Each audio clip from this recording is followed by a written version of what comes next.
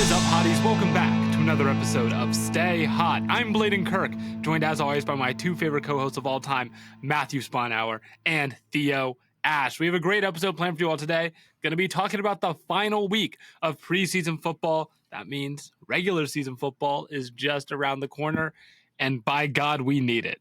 But we're going to wrap things up with preseason football, talking about that before we get into it. Matt, Theo, how are you guys doing on this glorious Sunday night?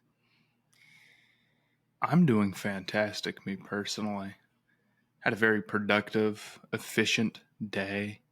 Got all my weekly chores done in one moment, but that's not what really makes this day. Oh. Yeah? What makes this day is that Ivan Pace got named the starter for the Minnesota Vikings. Now, I would like to hear the numbers on this. How many undrafted free agents have been named week one starters ever? 53. Excluding long snappers, kickers, How and do you punters. know that? Excluding kickers and long snappers? And, punters. 38. How do you This know isn't- that? What? What is... He's do. he's just fooling around is what he's doing. I'm just saying, it's shocking that he went. 38 is not a high number. So, yeah. I can't personally. I cannot remember this ever happening ever. And An it wasn't undrafted free fraudulent. agent being the starter week one. Week it's one. pretty rare. It's pretty rare. It's not even. It's not any this guy's some nickel corner. He's the third guy. It's not some the Vikings linebackers got super banged up, so it's Pace in there. It's Pace was undrafted, beat the guys out in front of him. He is the starter. He didn't even play the third preseason game. It took him 2 preseason games, and he won them over. And I need know Matt. That's I pretty. need I knew it. Matt as my GM. But I knew it. I'm putting a restriction on him that he can only draft players from the state of Ohio or some connection to the state of Ohio. And here's the thing: anybody can do it. This is You'd what be bothers Bill me. Polian. There's 32 GMs out there that are welcome to draft Ohio State and Cincinnati players, and they just don't do it enough. They're all, it's even JSN underdrafted, obviously. Obviously he's going to be better than the 20th best player in that class. You're going to do a redraft in 5 years. He's going to be 10th or something or whatever. Garrett Wilson wasn't even receiver 1. It's just stupid. So I don't know. I'm very happy. I'm very happy that Pace got named the starter. I'm super excited. I think he's such a gamer. I know he's tiny, but I think he is an outlier.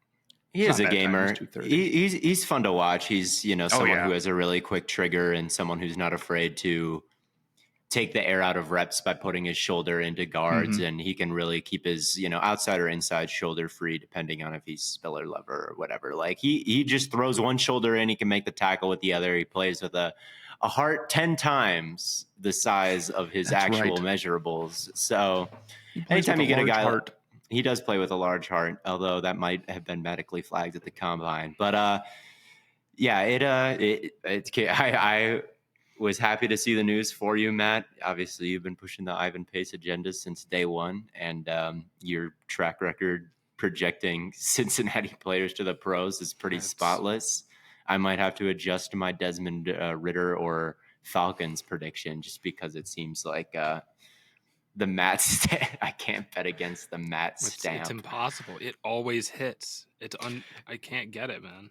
This is the best one yet, though. Even This is definitely. he doesn't even have to be that good for me to feel awesome about this, because it's I think Ritter will be good for a 3rd round pick. It's I thought that Sauce should have just been cornerback 1, and I thought Garrett Wilson just should have been wide receiver 1. But this one's this guy should have been drafted way high, and he was completely undrafted, and he's immediately proving GM's wrong. So it's awesome. I'm really excited for him. He's such a great player.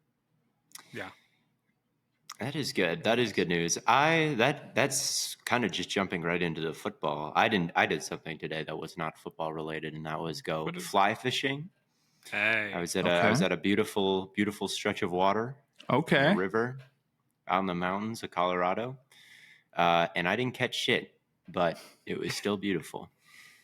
Nice. I didn't go fishing, but I had a very seafood based dinner It's your anniversary, correct? Yes, 1 it year is my with anniversary. Sophia. your lovely girlfriend, Sophia. Is that what the roses behind you are Yeah, from? she got me roses. Men can get shout roses out. too. Yes, they Men can. get roses too. And they should expect roses. We're clipping And they this. should demand roses, really. We're gonna clip this and be a men's lifestyle podcast.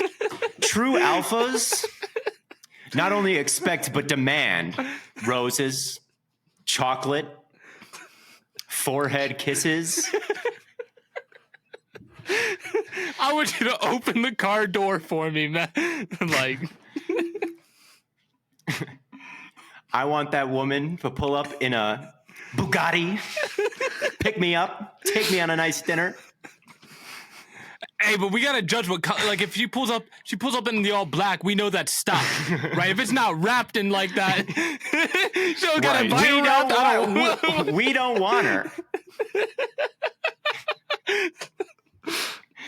And this is my problem. All the women I talk to, they have stock Bugattis. Quick swipe That left. is your problem. Yeah, Sophia, she's got that vinyl wrapped matte red, and that's why she's the GOAT. Nice. I'm glad that you were cheated well. No, we had a great time, and then I lost my flag football game, so my weekends ruined. Oh, Jesus Christ, this football team. You are like 0-12 in your last 12 flag football games. It's unbelievable. We finished the season 0-7. Today was the playoffs, and we lost. But we put up a hard fight. We only had 4 people show up. Out of it's 5v5. We only had 4 people show up. It's like the movie 300 with your flag football teams. except instead of putting up a valiant. Hey, we scored twice, man. We only lost by like 30. So like what? 2 field goals? No, there's no field goals. We scored 2 touchdowns. Well, shout out. Not much use if you allow 7 of them, but yeah, but it is what it is. We tried our best. We is. only had 4 people, 4v5, when they had like 3 rotations deep. What are we supposed to do?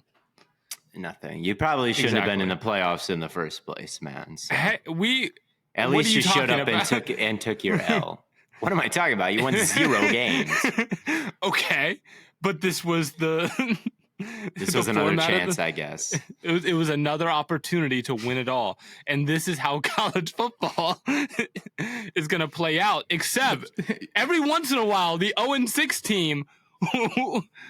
Best part about being 0-6, chance to go 1-6. Well, you can't go down. That's the nice part. So your winning percentage cannot get any lower. You might as well be undefeated. So true.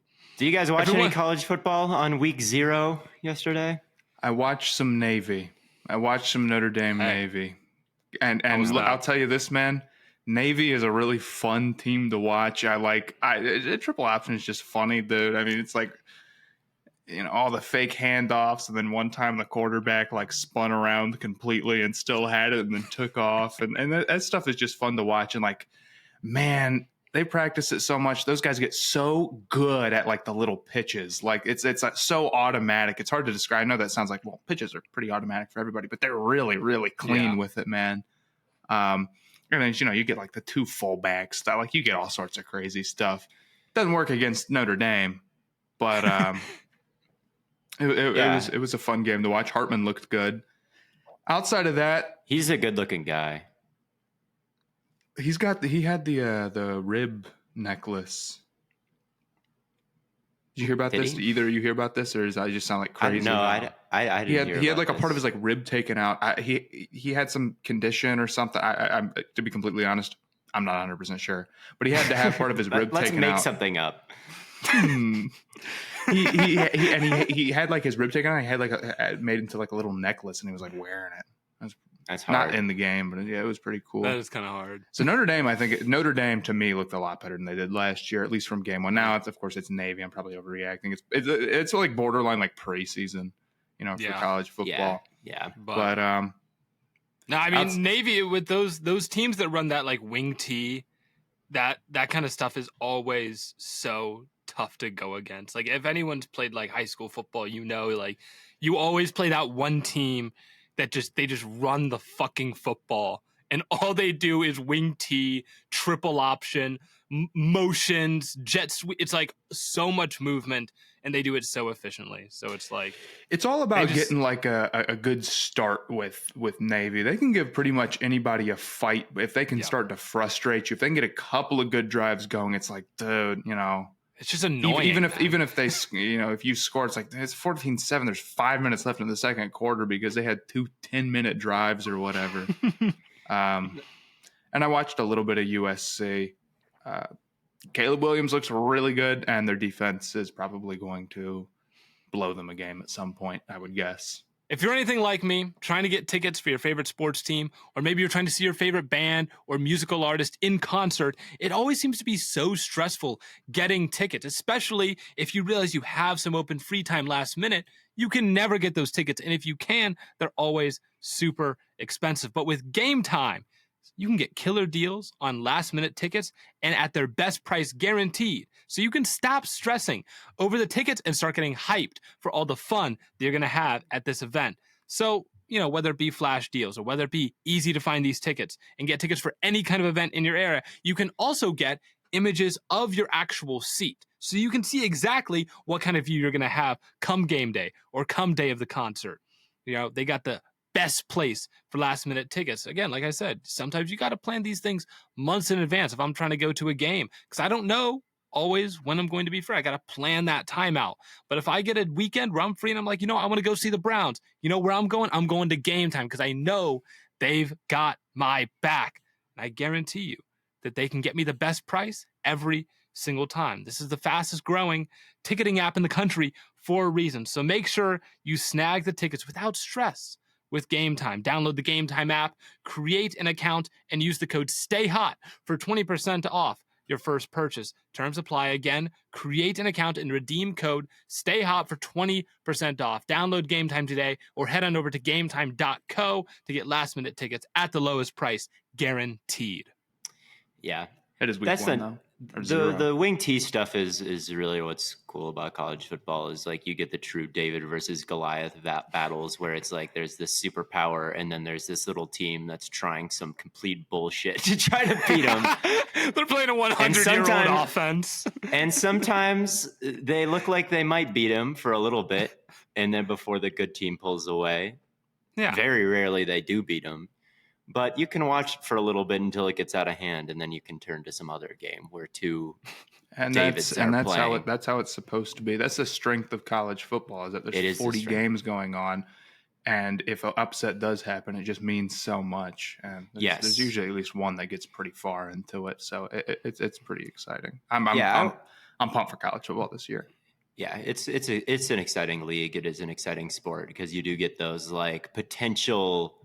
There's a lot of potential energy in those big versus small matchups. It almost never gets realized, but then you can tune into two Davids going at it, and that's like it's pretty good interesting football at least because it's chaotic and a lot of times they're trying some bullshit, and it's stuff you'll never see in the NFL. But it's just kind of a different way to view the sport. It's not always the best of the best going up against each other, but it's sometimes just like wonky scheme. Sometimes in the NFL, the best of the best is Bears Cardinals. So right. So I watched a little bit of week 0 and I found myself enjoying it, but I had some Wi-Fi connection issues that prevented me from stream easting some of the full games I wanted to watch. So eventually I just started working on other things. But anyway, let's talk about the NFL. Let's talk about the NFL. That's what we set out to do. That's a really great point, Matt. That is what we set out to do. We can always talk about the Steelers and how fantastic they've looked this preseason. Theo, I saw you sent the quote that Mike Tomlin had about just why they look so just like energetic. It just looks like bat out of hell.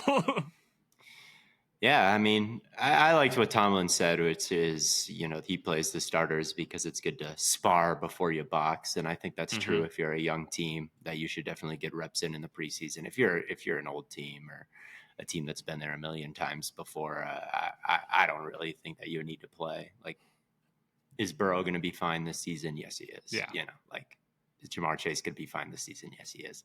So yeah, but for the Steelers, I do think that these are valuable reps before you get in, and they don't have much juice beyond what they've shown right now. And that's kind of the thing about preseason and why it doesn't matter is like they're playing teams that have a lot more firepower waiting in the wings that you didn't even see. All right. There is an injection of talent that is coming for the Atlanta Falcons defense that was not there for the Pittsburgh Steelers offense. But, that doesn't mean that it's only a concern if you struggle, right? If you do good, that's baseline. But they didn't struggle. In fact, they look great. Kenny Pickett, his accuracy is dead on. God. You can tell that George Pickens, maybe he'll regress a little bit as a contested catcher just because of the numbers were just so high last year. But certainly doesn't look like it'll be much, if at all, because his body control on that touchdown, or I don't know if it was a touchdown or they came up just short. I thought he got in, but that first drive, I'm like, I thought they were gonna go 3 and out, and they're in like 3rd and 5 because they like lost yards on the first play and they got like 5 yards on the second. And Kenny Pickett throws this absolute dot over Deontay Johnson's shoulder, like on his left side, as a safety's closing on his right, and he's got a corner right behind. I'm like, you couldn't have put that any better. And I said the same thing last week when he was targeting Freiermuth up the seam. And then, 3 plays later, he hits George Pickens down the right sideline. And it was a good throw, but I think that was just a better catch by Pickens at that point.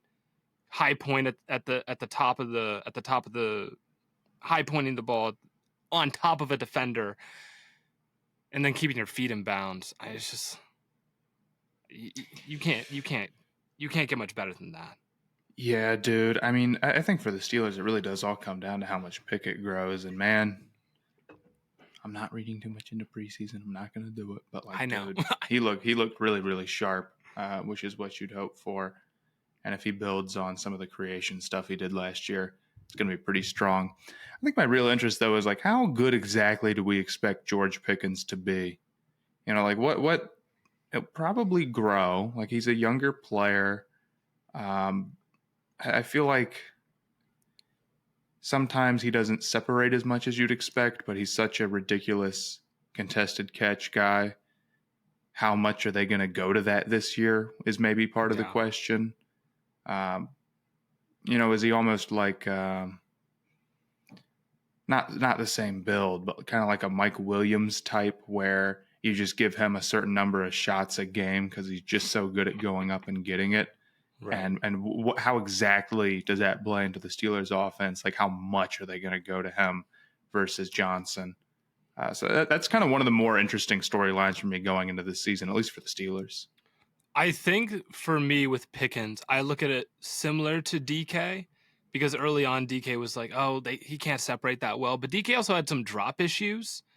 And I think if I'm looking at Pickens as he has separation issues, but he just catches everything, then I'm like, well, eventually teams are going to start giving Pickens the respect similar to what they gave DK, where it's like, okay, we're going to give you some space because we don't think you're going to be able to really create space against us. We'll give you that separation at the line of scrimmage. And if you want to try and route us up, go for it. But with Pickens, it's you can just throw it up to him anyway. So I think those are different, though. I think DK is more of he's so big and so fast that he's just going to get you long if you don't respect him. Yeah, DK's a better athlete. I mean, Pickens is also really fast. I'm not trying to say that he doesn't do that. He's just not DK, but he's more of kind of just I'm going to track the ball and high point it better than you. You know, and it's really some ridiculous stuff. He almost strikes me as a type of guy who is very highlighty, and then people are like, oh, he's just highlighty, but it yeah. really does translate. I don't know if that makes sense. That's what I get. I get that a lot. People are like, "Why do you like George Pickens so much? You just watch his highlights." And I'm like, he's like 70% on his contested catches. I don't know what you want me to say. Like, Now that probably can't keep up, but maybe not. But there's even room for 60%. contested catch artists like that, man. Right. Obviously. Corners Yeah, are great. I think they're going to be tight. I think he reminds me almost of there was a duo in San Diego a while ago. It was Malcolm Floyd and Vincent Jackson. And those two are both in the top 10 since 1992 in yards per target, both of them. And they were just big bodies, fast, deep threats to take the top off the defense. And then they had Antonio Gates like underneath, or Darren Sproles, or, people like that. Darren Sproles. And that's kind of how I view Pickens, is kind of in that range. It's like, I don't know if he's going to be too much more than a deep threat, but he's going to be a hell of a deep threat, and it's not really in the same way that Tyreek Hill is a deep threat, or, Jordy Nelson was a deep threat, or Deshaun Jackson was a deep threat. I think it's in kind of a, height, weight, speed type of way. And and I think that's what his role is going to be.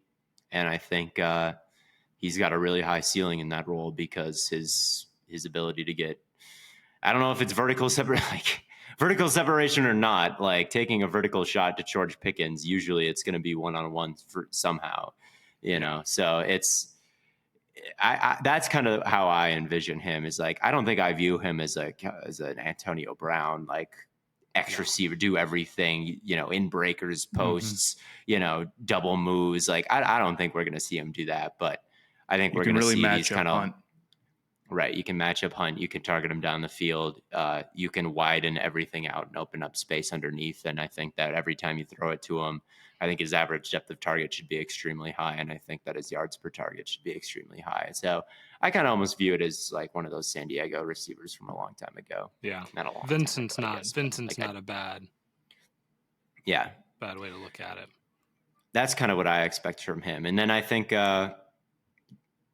got a guy like Deontay Johnson who can kind of is a good complement to that kind of thing. Mm-hmm. So I don't know which one will total with more yards, but I think they complement each other really well. Yeah. Again, I know they're going like neck and neck in fantasy right now. So I think a lot of people are kind of in the same boat of like, who's really going to be the wide receiver? I would take Pickens probably, because I think he'll score more touchdowns. Because it's like, he's someone that like I would legitimately throw a fade to. It's like him and T. Higgins.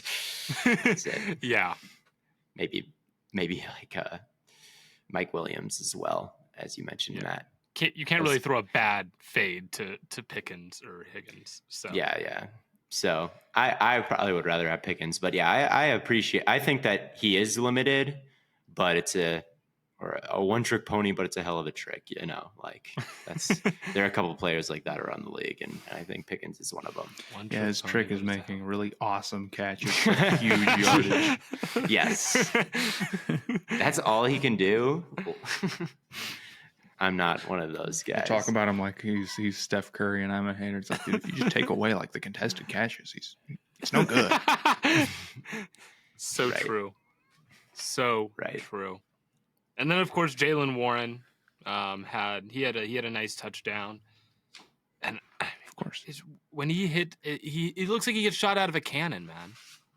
What? You're scared about the Steelers, man. I am. Blaiden texted us a few weeks ago. He's like, I can't believe anyone likes the Steelers. And then, like, in the days following, he's been like, why are the Steelers melting people's faces in every single game?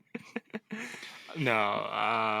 He's quaking in his boots right now. I think my big mistake last episode was picking the Browns over the Steelers. I forgot. Things just work out for the Steelers, and they don't work out for the Browns.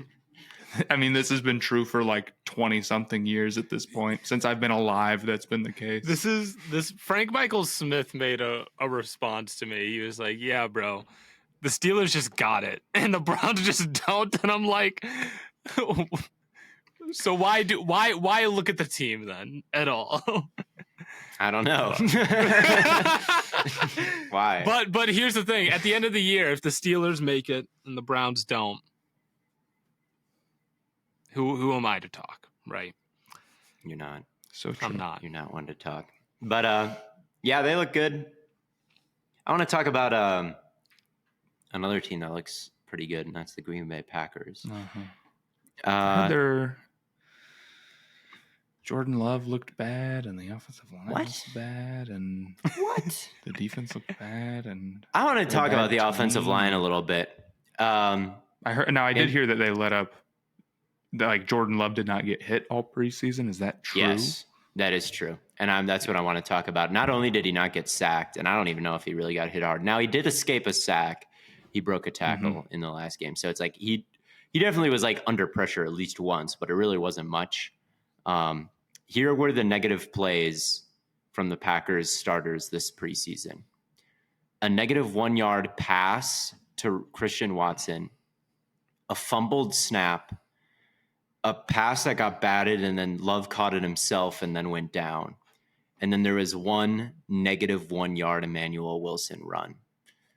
Those are all the negative plays that the Packers starters had this preseason. And really, in terms of like line involvement and not passes that go backwards, it was one. It was one tackle for loss. There were no sacks. And that's pretty good. That's pretty good. Yeah. Last year, the offensive line was second in adjusted line yards, which is basically yards before the running back gets touched, or yards that you can credit to the offensive line, tracked by the Football Outsiders. Football Outsiders is kind of dead now, so I don't know who to attribute this to. They were third and second level yards per attempt, so amount of yards coming like a decent amount of the ways past the line of scrimmage per play. They were sixth in adjusted sack rate. They were fifth in pressure rate. And now, I was watching them, and one of the notes I have is like, wow, they're really good at getting to the second level. Yeah. They're really good at moving on. They all seem pretty athletic, pretty quick. I thought there were a lot of instances where they did a good job passing things off. They seem really in sync when a lot of offensive lines that I thought were going to be pretty solid are just not, or a lot of young players are just not. And I mean, there's a reason why the Packers, I feel like, have had a very good offensive line for a very long time now. There's just a few organizations like that, like the Cowboys and the Eagles, and the Packers are one of them. And then like the Patriots for defensive line, right? Like Belichick can send in. Oh, yeah, and offensive line. They've had that legendary offensive line coach who's Scarnecchia. Is that who I'm thinking of? I hope I got that right. But there are some teams that just can, or the Steelers with edge rushers, or the Steelers with wide receivers. They can just send their army of like randomly generated good players at a certain position group because they just know how to coach them. And the Packers offensive line fits that description. And I think that's so key because it's such a young team and it's such a young offense specifically. So if they can have time, then that just makes things so much easier. And I think they're going to have time. And Rodgers, when I asked Kyle Long, the longtime Bear, if he wanted to play for, like, if he'd ever want to play with Aaron Rodgers, like, did he hate Aaron Rodgers? Was Aaron Rodgers a cool dude? And he said, I'd love to play for Aaron Rodgers because I'd get paid $1 billion because I wouldn't allow any sacks because he gets the ball out so fast. So Rodgers definitely has something to do with like the line numbers because he really is someone who, you know, can really release the football very quickly when he wants to. Yeah. But Jordan Love, I think, could be similar. Like, I don't think Jordan Love is going to be a guy who really holds the ball and you know, turns his back to the defense or does anything crazy like that. I think that it's going to be a pretty quick-hitting West Coast type of offense still in Green Bay. And I think that Jordan Love, will the out-of-structure stuff be there? We talked about this already. Like, I don't know. Although he did show some stuff breaking tackles and picking up plays with his legs in the last game. But, man, the offensive line, I just want to shout out the performance that the starters gave this preseason. And it's preseason, but they were really good last year. Right. And it's only, again, like you said, it's only a problem if they struggle. Yeah. And only one negative 1 yard play, like on a running play and no sacks is a pretty big feat no matter who you're going up against. So that's good. Yeah. Packers have got to be happy with that. Yeah. They're a good group up front. They had a couple. Sure. Their depth has looked pretty. I was pretty happy with their preseason performance. Brenton Cox behind him was like a third string undrafted free agent out of Florida. kicked off Georgia, kicked off Florida. So a talented dude that has some pretty big red flags. But I mean, who knows if he can keep it together, but he looked really, really good. Carrington Valentine out of Kentucky has just looked like a super duper star. The line has looked great. Love has looked good. Everyone is like looking pretty good so far. But like what I talked about earlier, they have a little bit of juice to infuse. Gary hasn't been incorporated yet. Bakhtiari hasn't been incorporated yet. Jair hasn't been incorporated yet. But like they're kind of maxed out, especially on offense. It's like, what we saw was the Packers at peak Packers. You know, like there's Bakhtiari coming to help, and he's a big gain, but he's always hurt. So it'll come down to like when everyone else is at full strength too. You know, is this going to look the exact same? But the competency was there, and I feel like we're not going to see I don't think they're going to be in the Caleb Williams conversation. That's something that I saw some people put them in at the beginning of the preseason, but I just think they're a little bit too Spurs-esque, Steelers-esque. They are. They're just, 100%. Also, Zach Tom, is it? Yeah. I thought he looked pretty good when I was watching. He did look pretty good. First play of the game, he took Miles Adams, number 95 for the Seahawks, for a ride, and Miles Adams is a pretty good depth piece for Seattle, and didn't really let up after that. Zach Tom is nice. Yeah. They're all pretty nice. Myers is nice when he's not snapping the ball over Love's head, which has been a frequent problem, but like he's been fine blocking. Sounds like Jordan Love is too short. You need to be 6'8". But so true. Yeah, I'm really happy with the way the boys played this preseason, now that it's all said and done. How about you guys? Browns and Panthers. We'll talk about the Browns and Panthers. I know that we've talked about them a lot on this podcast, but the preseason's all done. How are you guys feeling about the state of your respective teams here? I've been labeled as a humongous Panthers hater because I tweet out like, I'm not like, I don't know. I tweeted out something vaguely negative about like, oh, Bryce Young's playing well, but it's preseason, and that got people mad. And I tweeted out like, the Panthers don't have to be successful, or they don't have to make the playoffs to be successful this year in my book, which I stand by. They don't, as long as Bryce looks good, it's fine.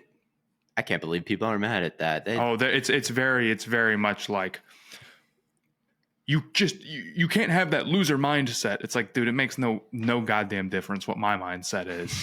I'd hope. Holy shit. But Can you imagine if it did? Bryce You're on the team, bro. That notification for that hit Bryce Young's phone. Matthew Sponhour has tweeted, and it just demoralized him.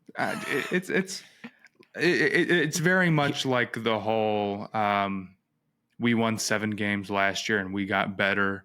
So how are we not going to win the division this year? And of course, it's like the Falcons and the Saints are saying, because you don't have enough Ohio State players. You don't have nearly enough Ohio State players. Not like nearly Atlanta as much as and the New Saints. Orleans does. It's so it's a lot of that going on, but I think what I'm worried about happening is like all these Panthers fans who they expect Bryce to be incredibly good. They expect him to be like one of the best rookie quarterbacks ever, point blank. Like, well, the last time you had a rookie quarterback, he was. And that's it's very true. I mean, last time we had, Cam, who was just totally berserk as a rookie. And I'm not sitting here saying that like I don't think that Bryce Young is really good, or that I don't even think that he's going to kind of come in and be pretty good pretty quickly, because I think it translates for him, right?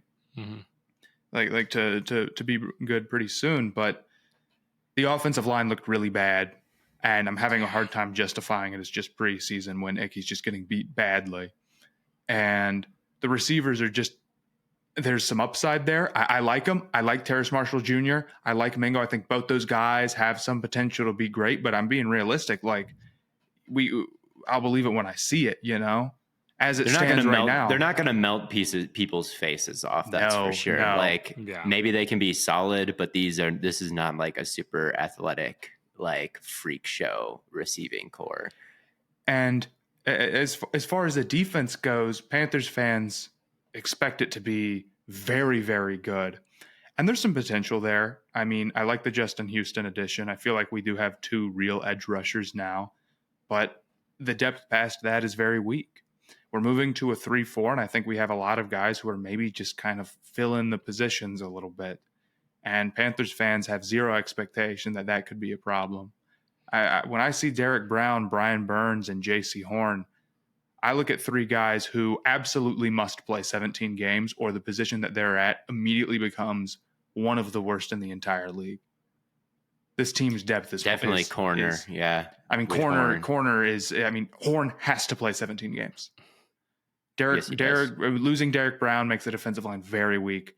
Houston, okay, but Houston is like a little bit more rotational at this point in his career. If Burns is down, I mean, they have nobody behind them. And my overall opinion is that that's okay. We're getting the build, like we have the coaching, I think, in place. If we have the quarterback in place, we have a lot of the key pieces in place. And if a lot of the young guys look good and the key pieces do what we think they're going to do, and the quarterback is good and the coaching is good, I'll be happy. Now, if that ends up being 7-8 wins and they don't win as many 1-score games, or, you know, the other teams in the division get a little bit better because they're a little bit, you know, more, they're not in the first year of their head coach or whatever, or the Saints went out and paid Derek Carr, I'm not viewing that as the end of the world. It's obviously possible that they go and make the playoffs. Like, yeah, they totally could. I don't think that's out of the question whatsoever, not even a little bit. But I'm also maybe I just think Panthers need to manage expectations a little bit. You know, the Falcons and the Saints are, I promise you, saying the same thing, and they're not crazy for it. The Saints had a pretty good defense last year. Now they have what they feel like is a solid quarterback and great receivers. The Falcons are going to have one of the best run games in the entire NFL. They feel like they upgraded at quarterback, and they feel like they upgraded a ton on the defensive side. So it's not going to be easy. And if the few games don't break our way, I just don't view this as a make or break year for us. I'm looking forward to it. I'm really looking forward to this Panthers season far more than I have the last 4 years. Not saying much, but it's not, dude. But it's been rough. I'm hoping it's a new era for them, but playoffs are not necessarily like 100% make it, or it's a wasted season. This episode of Stay Hot is brought to you by Underdog Fantasy, who has become a powerhouse over these last couple of years. Underdog Fantasy does great work in all aspects. Their analysis on their YouTube channel, Scheme. They've got Colt McCoy this year, breaking down things every single week. Their game modes for fantasy itself, you can get into a draft with pools of a variety of different, costs, rewards, anything that you want, any type of game that you want to play. They've got it. Pick 'em, drafts. It can happen at any time. They got a news page so you can be up to date on everything. I mean, absolutely everything you want from the sport of football, Underdog Fantasy has got it. So if you want to play some fantasy games, make some money, we are willing to, or they are willing to, match your first deposit up to $100 if you use the code STAYHOT. So if you put in $10, they give you $10 and you've got $20. That sounds like free money to me. It's really not. You got to put in $10, but it sounds like doubling your money to me in this Underdog app. And that's a pretty good deal. So check out Underdog Fantasy. Use the code STAYHOT. And then Blaiden, we saw a little bit of Deshaun Watson. I think if the Browns don't make the playoffs, it is a little bit of a wasted season. The Browns are a team like that. I turned on one game. I turned on one play. It was the first play of the Browns-Chiefs game, and I saw Deshaun Watson lined up at running back. Yes. Yeah. And then I turned it off. They fumbled 2 snaps in that game. Yeah. Here's what's the Browns had 2 what pick were they sixes. Cooking, man? They had 2 pick sixes on defense, and they still lost. Now, here's the thing. We cut Anthony Schwartz today. Round of applause for the Browns. All right, this is what we like to see. The season is saved. The season is saved.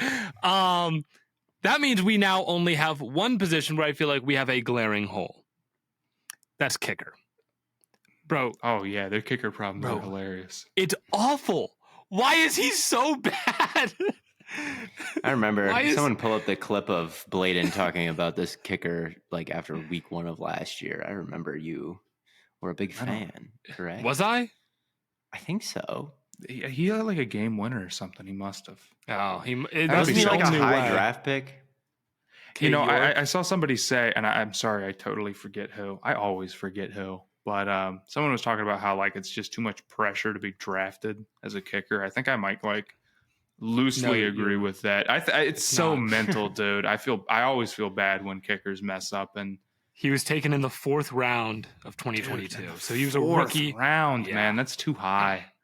That's It's really not. high. You're setting that guy up for failure.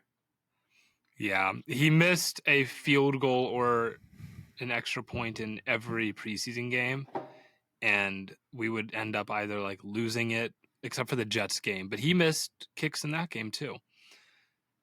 So That's not good.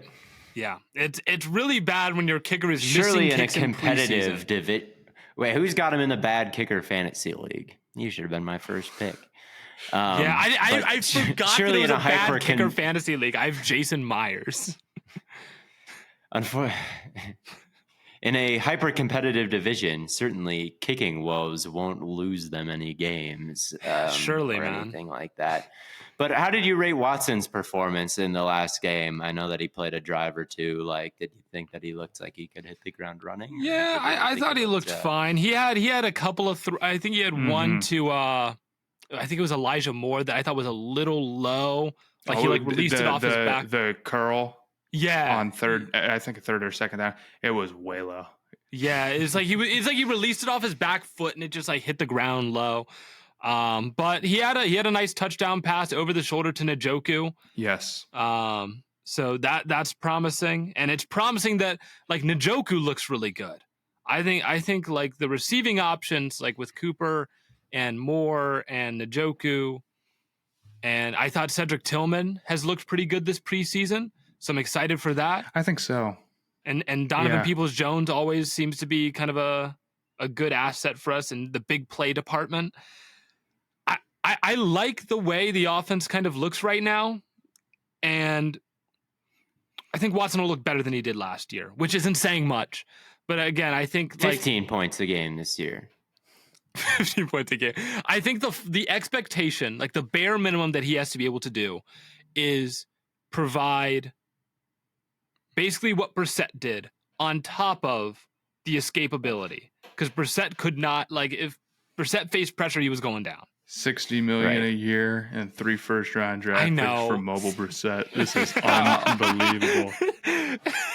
But I'm just saying that is the. Hey, do you understand what your loser mindset is doing to Cleveland right now? His cap hit's only $19 million this year. All right, so I can expect this. All right. Yeah, he can play like a $19 million quarterback this year. Next year, things he's got to play for like a $64 million quarterback. But no, I think we can expect better things from the Browns offense this year than we did last year, even with Brissett at the helm, as opposed to like late in the season Watson with no preparation and no playing football for 18 months or whatever it was. I think the Browns offense as a whole will be a pretty significant improvement from a year ago. And we're seeing them look pretty good in preseason without they haven't had Bitonio out there on the offensive line. They haven't had Nick Chubb or Jerome Ford. So they've been running with like third and fourth string running backs. I think this was the only game Amari Cooper played. I could be wrong about that, but I haven't seen much of Cooper this preseason.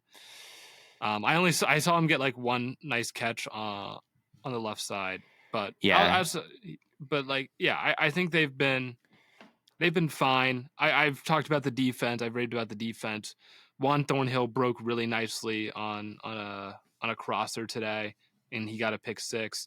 They're getting pressure with Ford pretty easily without Myles Garrett.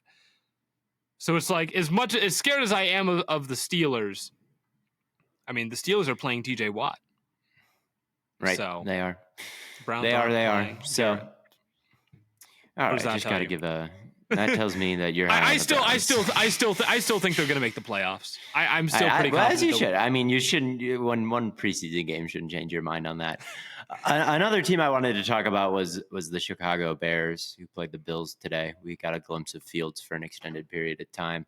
Yeah, I thought he looked pretty shaky, but it was a pretty small sample size. I believe he went 2 for 6, so it wasn't exactly a big sample size, but a little bit of inaccuracy. I thought, maybe putting a bit too much heat on the ball in some situations, or not throwing with enough touch, and a little bit of nervousness in the pocket. There was one play where he bailed out to his right and the pocket was perfectly clean.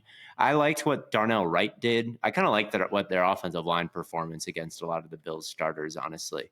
I thought that their offensive line looked good. I think that DJ Moore looks really good. I thought that his big play that he had where he caught it kind of in a hole in the zone, was bracketed by 2 guys and kind of ducked and was able to accelerate. And there were 3 guys closing in on him, and he was actually able to do something about that, which not a lot of even NFL wide receivers are able to do that. And he has flashed whenever he's been on the field for the Bears. So I really think that is going to help Fields a lot. I think that connection is going to be a successful connection. When I was watching DJ Moore for my separation statistics stuff, I became pretty bullish on him. I thought that he was a borderline top 10 receiver, or good enough to put himself in that conversation if he had the quarterback play to get that done. I thought that he had the speed, the yak ability, the route running ability, the ability to come down with it down the field, strong hands. It seemed to all be there for him. So definitely will boost Fields' numbers, but Fields has to, it can't all be the receiver. Fields has to himself get way better. And if he finishes better, but it's just the product of, a better line or a better receiving core, that won't be enough, because I also watched the defensive line and it was bleak. The Chicago Bears defensive line? Yes. Yeah. I was paying close attention to that. They've got Dexter and Pickens as the 2 new guys. I believe you're right. Yeah. Yeah, they're kind of a mixed bag. I mean, Dexter can really, really move. They both seem pretty powerful. There's a solid number of plays where they push the pocket pretty quickly, when they get their hands where they want to, and it's the type of play they think it is, and they get going. There's good stuff there. I mean, they were 2nd-round picks for a reason.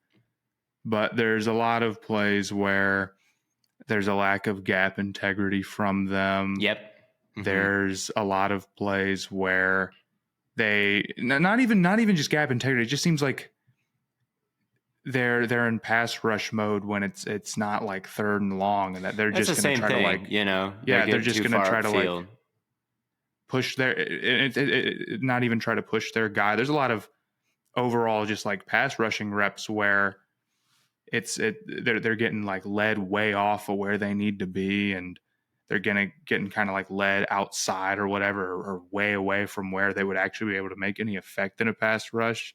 And you saw that probably that play that Dexter had where he got way outside on some run support and made a really, it was a fantastic play. But for every one of those, there's just not doing the simple stuff on run defense first. And when we talk about these interior defensive linemen, you stop the run to earn the right to pass, or to pass rush. I mean, and they just haven't. They didn't at least show that in the game that I just watched. Yeah. There was a play where the center climbed pretty immediately, and obviously, if the center leaves immediately, there's 2 A gaps before. There's front side and back side, but the center's out of there. There's just 1 gap, and they were rushing the B gaps, but in most schemes, you're kind of accountable for 2 or at least 1.5. Where if they both play a gap and a half, that is 3 gaps. If you can just condense it that much where you can get an arm around or something like that. But there was none of that. They flew up field. The center climbed pretty easily to the linebacker who wasn't able to blow him up or shed him and make a play. And it was a really nice run from James Cook, who I thought looked really good. I thought he's looked pretty solid too. I've heard even out of camp that everyone's been saying James Cook he's going to be great this year. And I was very low on him at the start of last season. But I think as the season went on, I bought into him a little bit. Now he looks really solid. Him and Harris could be pretty good. I'm actually really starting to like how the Bills' offense is shaping up. I mean, I thought still am not a Torrance- Gabe Davis fan. I'm still not a fan of any of their receiving options outside of Diggs. Stop. Hey, No. Gabe Davis is a perfectly They're trying to fine silence me. wide Did you hear receiver. that? Kincaid. Perfectly fine is not that good, though. Kincaid will change our great Where do you league. think? Where does Gabe Davis 11.5 rank personnel. among 11.5 personnel? Where does Gabe Davis to you rank among wide receiver twos? Well, in the division, there's Lazard. There's He's better. I'd rather Waddle. have Gabe Davis. Okay, I would rather have than Lazard than Gabe Davis. Just for the blocking alone, put him in the slot, pin pull. Like that's it by itself is better than anything Gabe Davis The blocking provides. I'll give you, but I don't know. Gabe I Davis, just think like Gabe Davis is just like a mid deep threat, and it's like at least Lazard's really good at something. Like there's something you can put him at. It's like a power slot. Like I'd rather have Lazard honestly than Gabe Davis, and I'm willing to bet if you but were on third and long, who do you want? I want Gabe Davis. I don't want to be in third and long. Lazard would actually just catch a big pass on second down. Yeah. I don't know. If Gabe Davis hit the free agency right now, I don't know if he'd make Alan Lazard money because he had a golden opportunity last year to be because he's not best friends with Aaron Rodgers. Because he's not best. Hey, all right. I'll give you that. So Gabe Davis's political beliefs, though, I think he could be. He could spark up a friendship pretty quickly. I'll make some calls. We'll put him in touch. Anyway, I don't know. It doesn't matter. I like Tyreek Stevenson on the Bears. I'll say that. I think that Blaiden, you were high on Tyreek Stevenson. I think there's some times where he makes some mental mistakes and run support. This was something I saw from the first preseason game. But for a long, tall corner like that, I thought that he showed some pretty good change of direction ability at a pick versus Gabe Davis. Got his head around and was able to make a play on the ball, get both feet down and bounds. So showed some ball skills. I think he's shown some impressive change of direction ability. I think he's made some mental errors over the course of this preseason, whether that be, coming downhill and containing their run or losing someone in coverage. Like I can't remember specific details of what these plays were like because they didn't happen necessarily this week, but the weeks before. But overall, I remember his movement skills being pretty striking this preseason. So I like that about him. I think that's kind of how it was coming out of school too. It was like moved really well, but you could see some mental errors. And I think TJ Edwards was a good signing for the money. So there's some things I like about the Bears defense, but I just think, man, it's like Yannick Ngakoue is their juice. It's like, and he can't defend the run for anything. So yeah, I just don't know is there anyone who can hold their own versus double teams? No, there's not. Is there anybody who can reliably win one-on-one? It's like maybe Yannick in like when he can really pin his ears back. And then from there, that's just going to make Tremaine Edmonds' job that much harder. And it's going to make, the corners are all right. And I don't know if we can bank on Fields to come in and be like quite what Bears fans are expecting right away. So I'm not really like a Bears playoff believer. That's what I'll say. And it's not just because of the preseason game. Like you look at how their roster is built, like all of this should be expected. And I think like watching them against, the Titans, they had a lot of their starters out there in that first preseason game, and Malik Willis drove down the field and scored a touchdown, and the Bills starting group made pretty easy work of them. And I just think everybody's going to make pretty easy work of them. But again, they're not supposed to be Moore. They're not supposed to be in the playoffs this year. Don't tell Bears fans. They think they're supposed to be.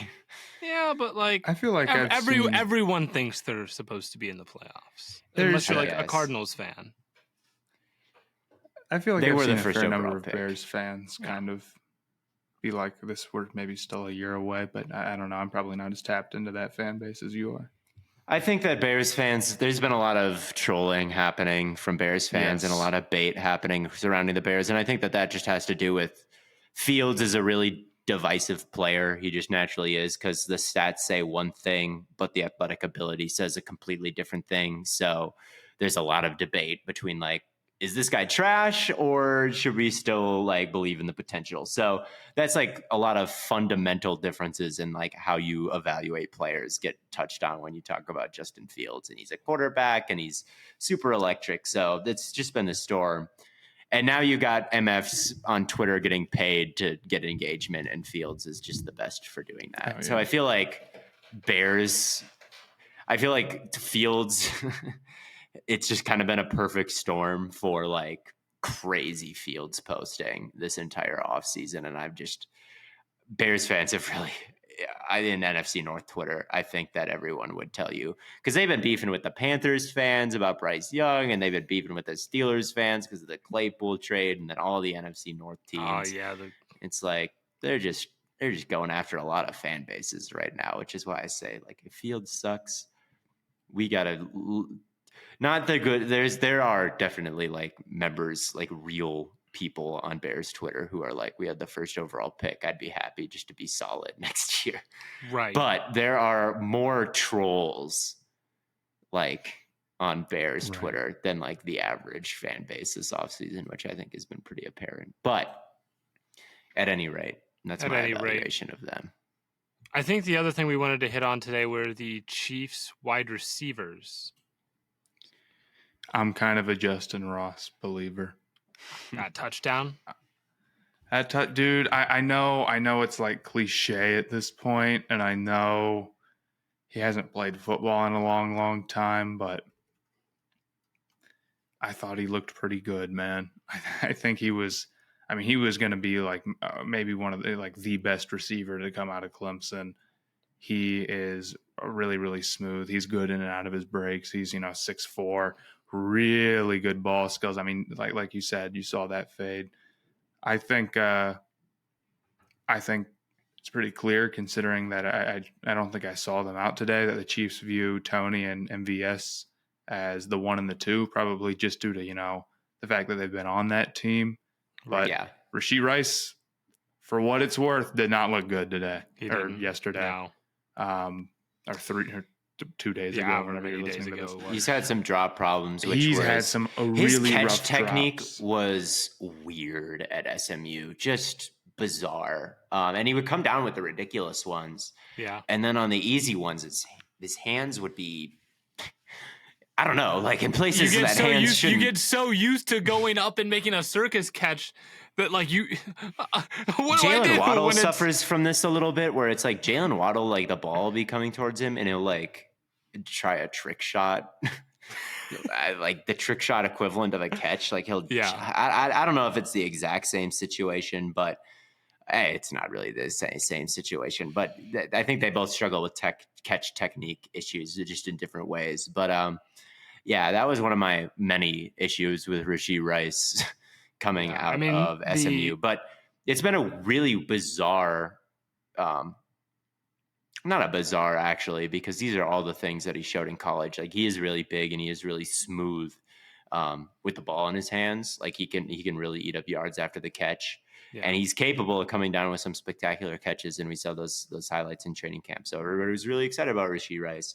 But then also you see now everybody's really low on Rashee Rice because of the drops. And I think when you get a player like that, it's probably a safe bet that he's not going to really make a huge impact his rookie season. I think that someone more reliable is like a Richie James has suffered with drop problems as well, so maybe not him. I do worry a little bit about the receivers in Kansas City. Like I do think there's going to be some really frustrating moments. There might be some plays where Mahomes holds the ball and he looks and he looks and he looks and he scrambles and he scrambles and he scrambles and maybe throws it away this year more than he has in past years. And there's some drives that get killed because of those frustrating moments. I definitely don't think that's out of the realm of possibility for the Chiefs offense this year. But They do have Tony. If he can be healthy, he's the best yak guy, and they've got the best yak coach. They've And got again, some it's like, upside guys is what makes it interesting. It's not Yeah. just straight up bad. They've got like Rice and Ross and Tony, and it's like, man, how right do they have to get it on any of those guys before it starts to get interesting? And I think Ross is at least an above average undrafted player, man. I mean, he's at least yeah. really, really intriguing. Matt out here giving props to Rosterable. Clemson players. You know it's crazy. I won't do it often, but him, well, DJ he's Reader. on Travis Kelsey's team who went to Cincinnati. He went to Cincinnati. So maybe he's reformed. This is true. But yeah, I'm not too worried about the Chiefs offense, but because you're right, Matt, they do have a lot of upside receivers. But I am a little bit worried about Rashee Rice because I was never super high on him. Yeah, I was high on him, but it could still work out. It's not like he's screwed. It's not over, but like he drops an out route on third down that would have got them the first down and kept the drive alive. They end up punting, and then, I mean, they run this great like pick play to get him open, wide open down the field. Like would have been the easiest touchdown ever, and it just falls right through his hands. I'm like, bro, That's bad. It's really bad. So I'm just like, yeah, I don't know what. Yeah, but yes, it was really, really a bizarre drop. Because he could have just like turned around and caught it, you know? Yeah, I'm like, it's like he like caught it over his back shoulder, and he totally did not need to. That's what was weird about it. Yes, it's not like there was someone like on his hip, and he's like, "Oh, I gotta beat him here." It's like, no, it's like there's no one within 15 yards of you, bro. Just. And there are receivers with drop problems, but there are very few of them who have severe drop problems, like starters out there. Like, if you can't catch, you're probably not playing. You mostly need to catch the ball if you're a receiver. That is the job description. So it is literally in the name.